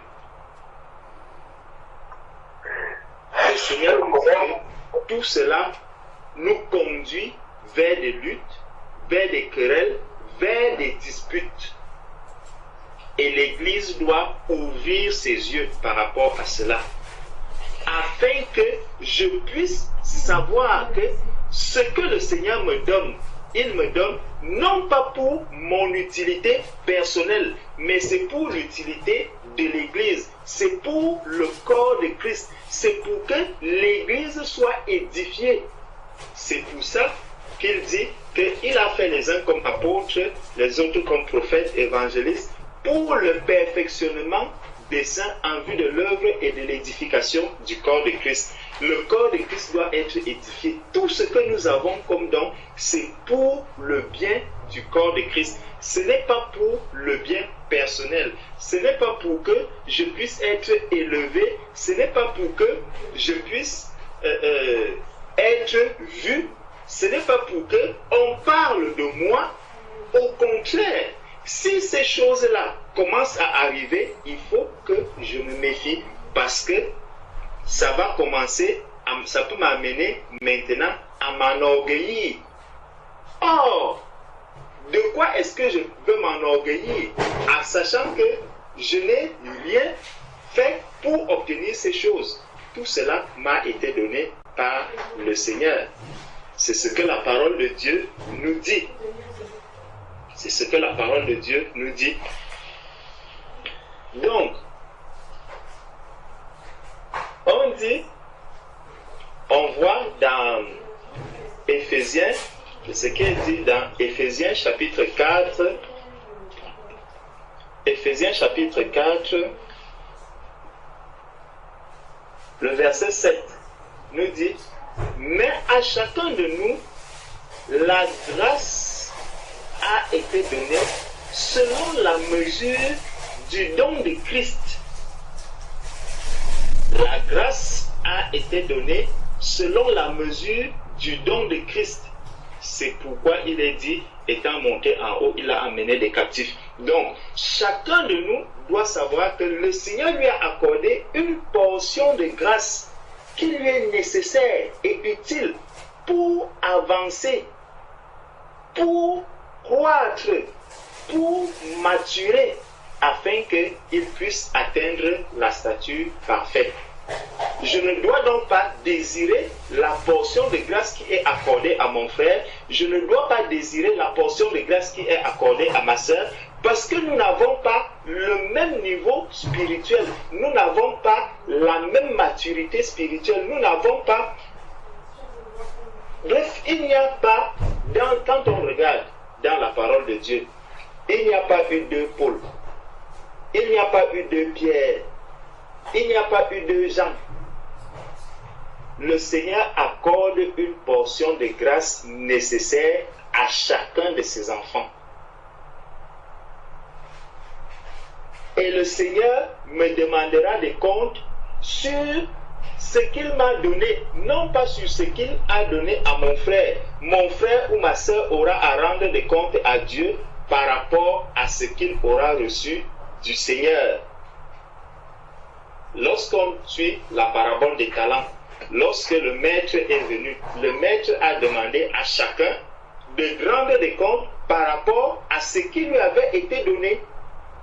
Donc, si aujourd'hui, moi, j'ai tous les dons spirituels, alors là, j'aurai aussi beaucoup de comptes à rendre à Dieu par rapport à tous les dons spirituels qu'il m'a donnés. Celui qui n'a reçu que le don, par exemple, le don de charité, encore que ça, ce n'est même pas facile. Je ne sais même pas quel est le don qui est... Aucun de ces dons n'est petit. Mais si le Seigneur t'accorde la grâce d'avoir le don de prophétie, le don de miracle, le don de foi, le don de connaissance, le don de charité, le don de diriger, si le Seigneur t'accorde la grâce d'avoir tous ces dons, mais tu as des comptes énormes à rendre au Seigneur par rapport à tous ces dons. Tu es totalement différent de celui à qui le Seigneur a donné un seul don. Donc, lorsque je désire avoir plus de dons, c'est que je m'apprête aussi à dire, Seigneur, le compte rendu que je vais te rendre par rapport à tous les dons que j'ai reçus, je suis prêt à donner un grand compte rendu, je suis prêt à donner un compte rendu plus élevé à la dimension de mon frère ou de ma soeur qui est déjà prêt à donner ce compte rendu. Donc, c'est bien beau de désirer, mais est-ce que je suis prêt à faire ce que le Seigneur attend de moi par rapport à ce don que je suis en train de demander au Seigneur ou que je suis en train de convoiter? Tout cela est très important et c'est ça pose beaucoup de problèmes à l'Église aujourd'hui. C'est que chacun ne veut pas rester à sa place, c'est que chacun ne veut pas se contenter de la grâce que le Seigneur lui a accordée, c'est que chacun ne veut pas faire ou ne s'estime pas bien dans la place qu'il occupe dans le corps du Christ. la tête veut devenir le pied veut devenir la tête, la main veut devenir le dos veut devenir le ventre. Ça devient un mélo, ça devient un mélange. Et ça cause quoi? Des querelles. Ça pose des disputes. Ça pose des divisions dans le corps du Christ. Je veux être comme Tata Valérie veut être comme Tata Morane veut être comme Tata Irène. C'est chacune. Tata Irène ne regarde pas ce qu'elle a reçu, mais elle voit que quand Maman Morane commence à dire Alléluia, Alléluia, Alléluia, quand elle commence à louer le Seigneur, tout le monde est debout pour danser. Non. Pourquoi c'est seulement Maman Morane qui chante beaucoup comme ça? Pourquoi c'est seulement quand elle loue que les gens se lèvent pour danser? Gloire à Dieu, c'est la grâce que le Seigneur lui a accordée. Le jour où toi tu loues, si tout le monde est assis, rends aussi gloire à Dieu que vraiment par ma louange, les bien-aimés sont bien installés, ils sont confortablement assis. C'est aussi une grâce. Rends grâce à Dieu pour cela. Tout cela va nous apporter les querelles et les divisions. Dans Romains, voilà, il nous dit, dans Romains chapitre 12, dans Romains chapitre 12, à partir du verset 3, il nous dit, par la grâce qui m'a été donnée, je dis à chacun de vous de n'avoir pas de lui-même une trop haute opinion, mais de revêtir des sentiments modestes selon la mesure de foi que Dieu a départie à chacun. Car comme nous avons plusieurs membres dans un seul corps, et que tous les membres n'ont pas la même fonction, ainsi, nous qui sommes plusieurs, nous formons un seul corps en Christ, et nous sommes tous membres les uns des autres, puisque nous avons des dons différents, selon la grâce qui nous a été accordée, que celui qui a le don de prophétie l'exerce selon l'analogie de la foi, que celui qui est appelé au ministère s'attache au ministère, que celui qui enseigne s'attache à l'enseignement, que celui qui exhorte à l'exhortation, que celui qui donne le fasse avec libéralité, que celui qui préside le fasse avec zèle, que celui qui pratique la miséricorde le fasse avec joie. Donc, je dois faire ce que le Seigneur m'a appelé à faire, ce que le Seigneur me demande de faire, je dois le faire avec joie, avec un zèle qui glorifie le Seigneur. Plutôt que de laisser ce que le Seigneur m'a donné pour chercher seulement ce que je n'ai pas, pour convoiter ce que je n'ai pas. C'est ce qui se passe aujourd'hui dans l'Église. Ce que nous voulons avoir, je veux avoir tous les dons spirituels. Ce n'est pas mauvais, c'est une bonne chose. Mais il faudrait que je sois vraiment prêt à manifester aussi, parce que le Seigneur nous dit, quand on regarde dans les dons spirituels, comment il donne les dons spirituels, dans 1 Corinthiens 12, dans 1 Corinthiens 13, il commence à parler de l'amour.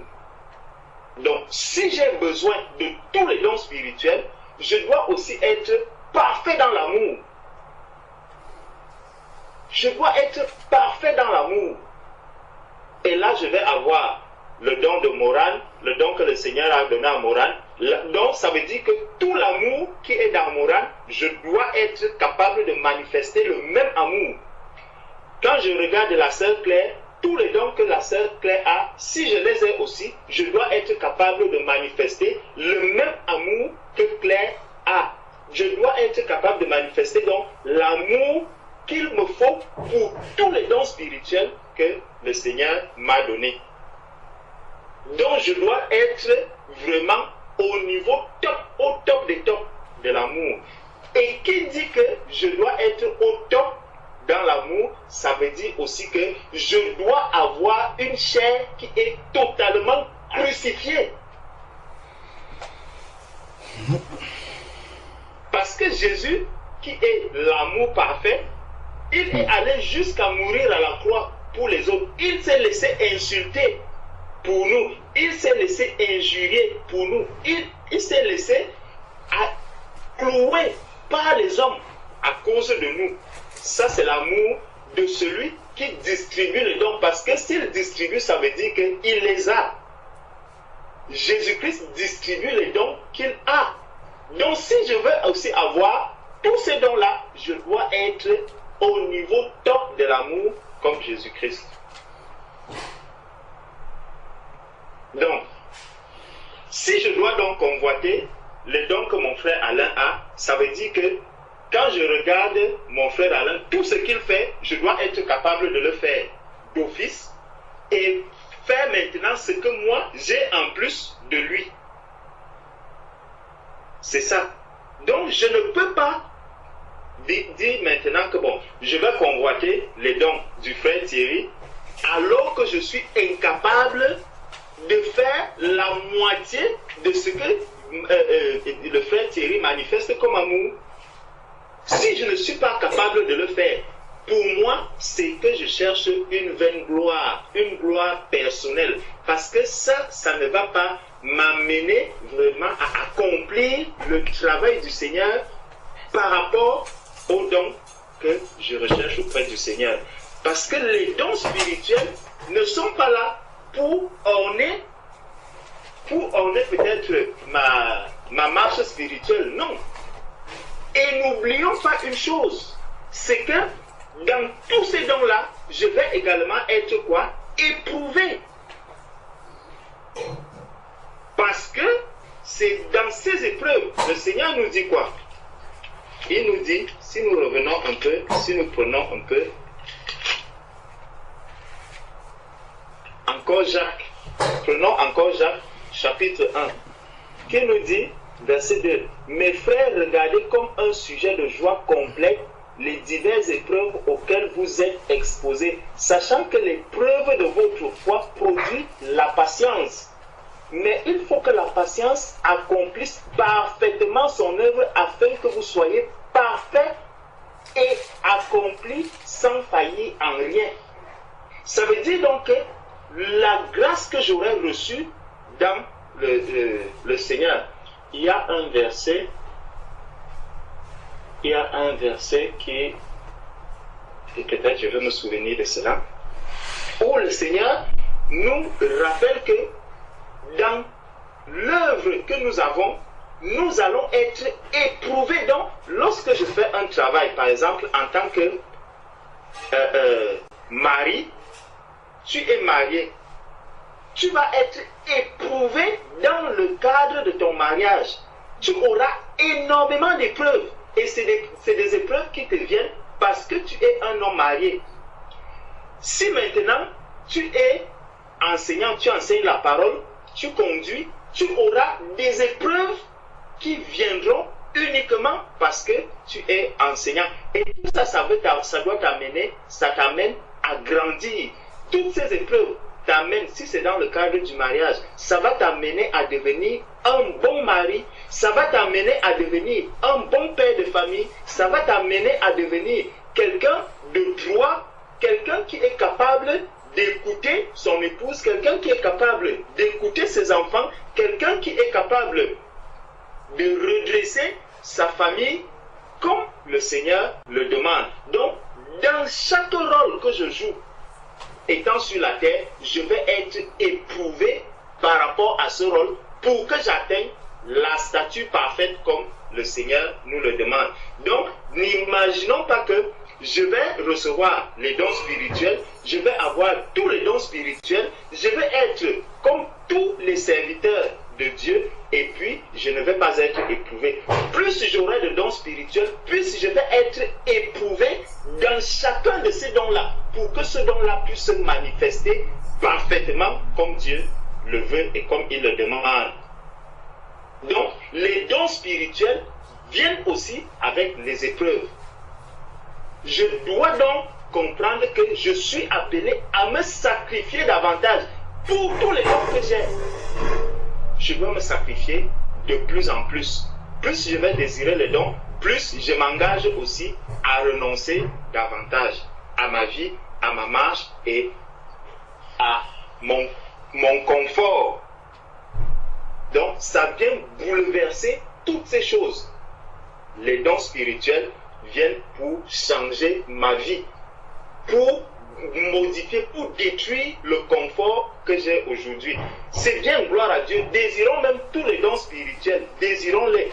Mais plus nous allons avoir tous ces dons, sachant que ça vient pour détruire le confort que j'ai aujourd'hui, pour détruire la vie, ma vie charnelle que j'ai aujourd'hui, pour que ma vie spirituelle puisse vraiment croître, qu'elle puisse aller de progrès en progrès. C'est pour ça que les dons spirituels vont arriver dans ma vie et dans ma marche. Donc, justement, si maintenant je vois mon frère qui a les dons spirituels ou ma sœur qui a les dons spirituels, si elle commence à lever les épaules, si elle commence à dire moi, allons dans Galates chapitre 5.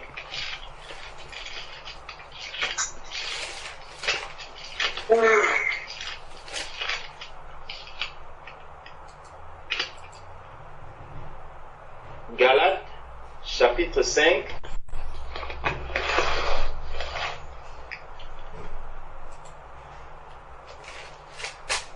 Galates chapitre 5, à partir du verset 24. Ceux qui sont à Jésus-Christ ont crucifié la chair avec ses passions et ses désirs. La chair est crucifiée avec ses passions et ses désirs. Si nous vivons par l'esprit, marchons aussi par l'esprit.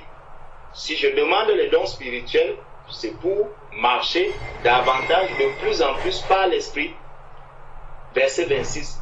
Ne cherchons pas une vaine gloire. C'est ça que nous recherchons beaucoup aujourd'hui dans l'Église. Une vaine gloire. Ne cherchons pas une vaine gloire en nous provoquant les uns les autres, en nous portant envie les uns aux autres. En nous portant envie les uns aux autres. Donc, ça veut dire que je dois me réjouir de ce que j'ai. Je dois me réjouir de ce que le Seigneur m'a donné. Je dois être content de ce que le Seigneur m'a donné, ce que le Seigneur m'a accordé. Et ce qui doit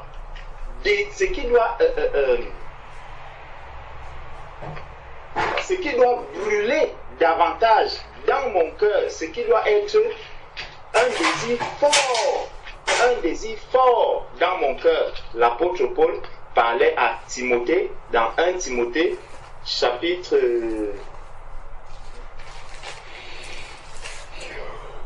6. Dans 1 Timothée chapitre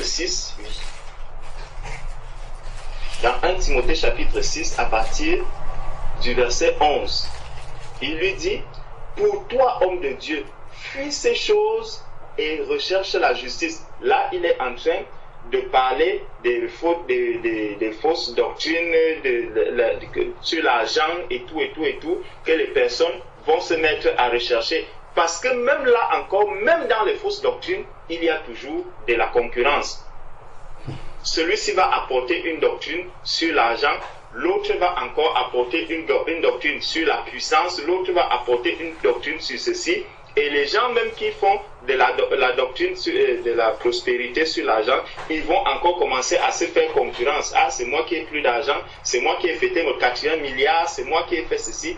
Tout ça encore, ça se retrouve toujours là-dedans. L'apôtre Paul vient donc dire à Timothée que fuis ces choses, c'est tout ce que ces hommes, ces fausses doctrines et autres qui arrivent, fuis-les.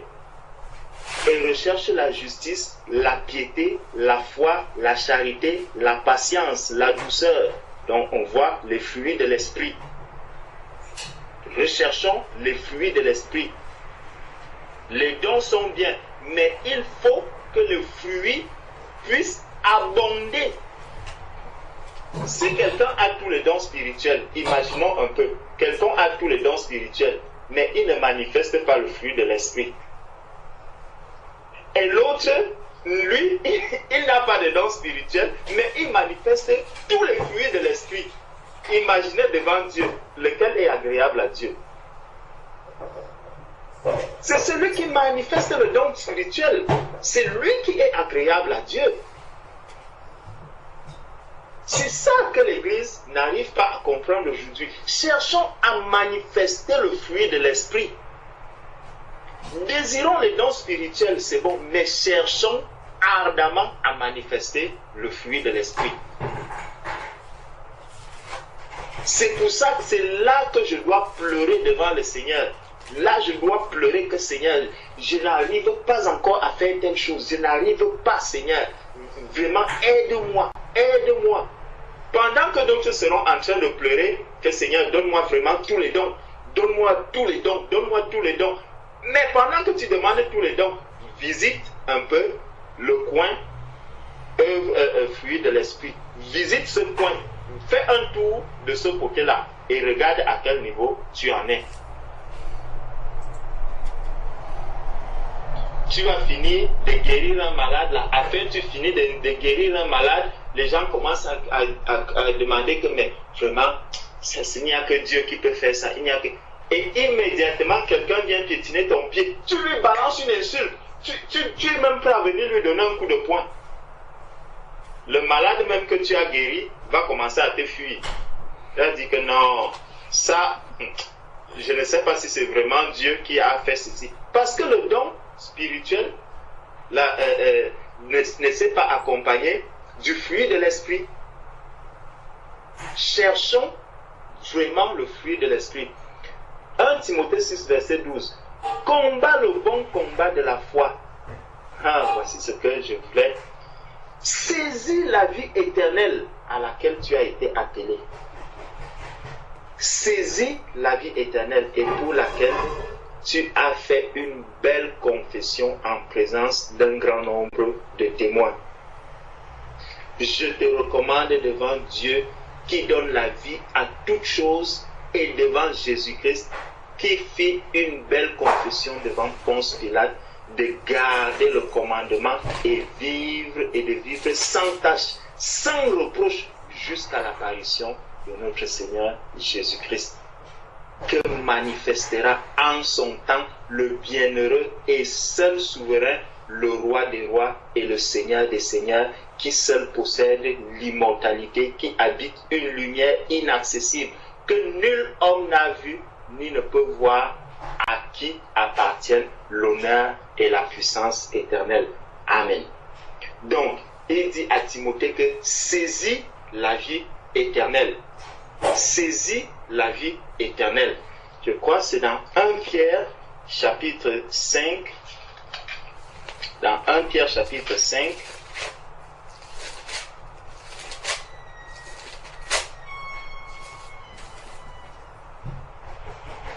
Est-ce que c'est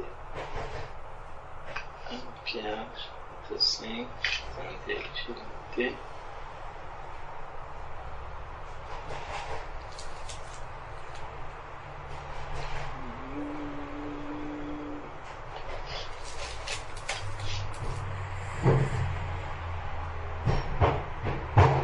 Voilà. 1 Pierre chapitre 5, je crois que ça doit être là, à partir du verset 5. De même, vous qui êtes jeunes, soyez soumis aux anciens et tous, dans vos rapports mutuels, revêtez-vous d'humilité, car Dieu résiste aux orgueilleux, mais il fait grâce aux humbles. Humiliez-vous donc sous la puissante main de Dieu, afin qu'il vous élève au temps convenable, et déchargez-vous sur lui de tous vos soucis, car lui-même prend soin de vous. Soyez sobres, veillez, votre adversaire, le diable, rôde comme un lion rugissant, cherchant qui il dévorera. Donc, le diable rôde et il peut utiliser tous les moyens possibles pour venir détruire, pour venir s'aimer une mauvaise semence dans ton cœur, pour venir amener de l'animosité, de la haine dans le cœur du frère, dans le cœur de la sœur, simplement parce que mes yeux sont en train de voir un don que mon frère manifeste, de voir quelque chose que ma soeur manifeste, alors ça crée de la haine dans mon cœur, ça crée de l'animosité dans mon cœur. Il faut donc que chacun de nous puisse vraiment faire attention. N'oublions pas, le Seigneur, lorsqu'il parle dans Matthieu 7, il parle de ces personnes qui vont prophétiser, de ces personnes qui vont dire des choses. Matthieu chapitre 7,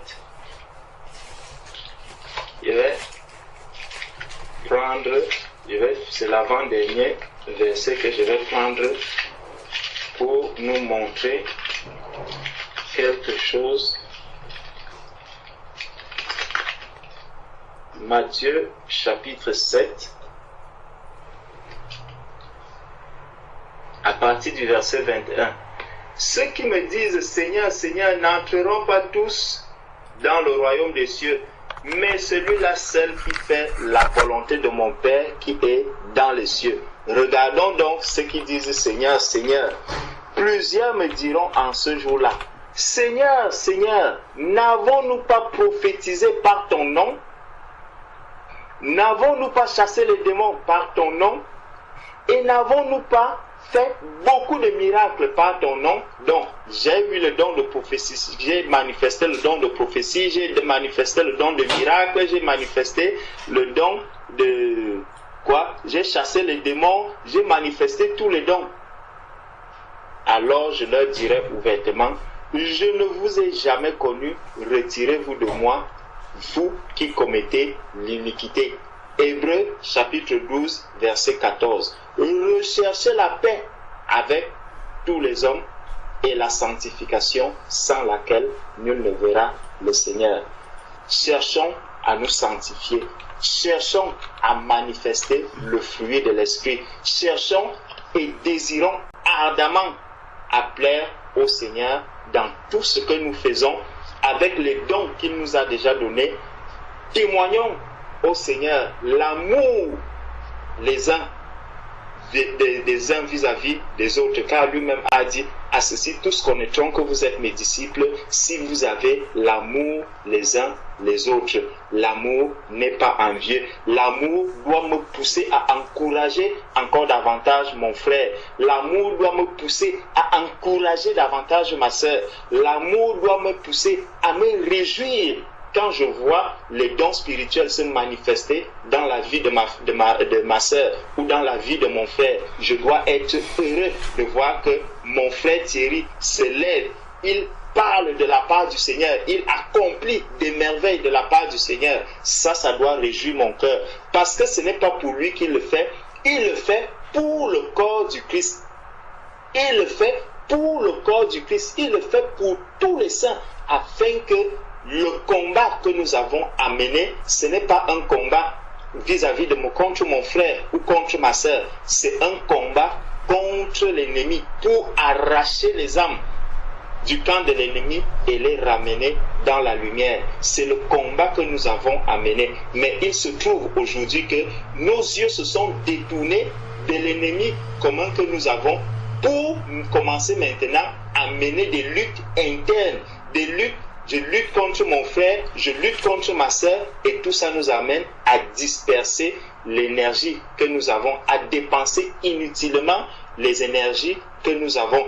Plutôt que de prier le Seigneur, que Seigneur, aide-moi afin que je sois utile vraiment auprès des âmes qui sont tout autour de moi, pour que Seigneur, ta lumière puisse paraître, je vais me mettre à demander des dons spirituels au Seigneur, non pas pour que les âmes puissent être sauvées, mais pour que je sois comme mon frère, pour que je sois plus que mon frère, pour que je sois plus que ma sœur. Ça, c'est des prières qui n'honorent pas notre Seigneur. C'est des prières qui ne réjouissent pas le cœur de notre Seigneur. Ces concurrences, ces luttes internes dans le corps du Christ ralentissent l'œuvre du Seigneur dans l'Église. Donc, bien-aimé, vraiment, voilà là où j'ai été conduit par rapport à cette question que la maman a posée. Vraiment encore, maman, merci parce que tu nous as permis encore aujourd'hui de pouvoir remettre à la lumière quelque chose qui gangrène dans l'Église, quelque chose qui nous dérange beaucoup dans le corps du Christ et qui nous amène à nous disperser, à nous distraire, parce que ça c'est de la distraction. Mon frère reste et demeure mon frère, ma soeur reste et demeure ma soeur. Ces combats internes ne nous mènent nulle part, au contraire, ils nous amènent à nous éloigner du combat dans lequel le Seigneur nous appelle. Donc vraiment, que le Seigneur te bénisse encore, maman. Amen. Amen. Amen. Amen. Amen. C'était un petit truc, mais c'est parti bon. Amen, amen, amen. Amen. C'est vrai, le petit, mais c'est parti. Amen, amen, amen. Une petite question qui a mis Mon frère Georges. On a bien mangé ce soir. Amen. J'espère qu'il y a beaucoup qui vont écouter cela. Ça va leur édifier, que Dieu leur touche le cœur. Amen, amen. Amen. Moi, j'avais une question, est-ce que je peux la poser? Amen.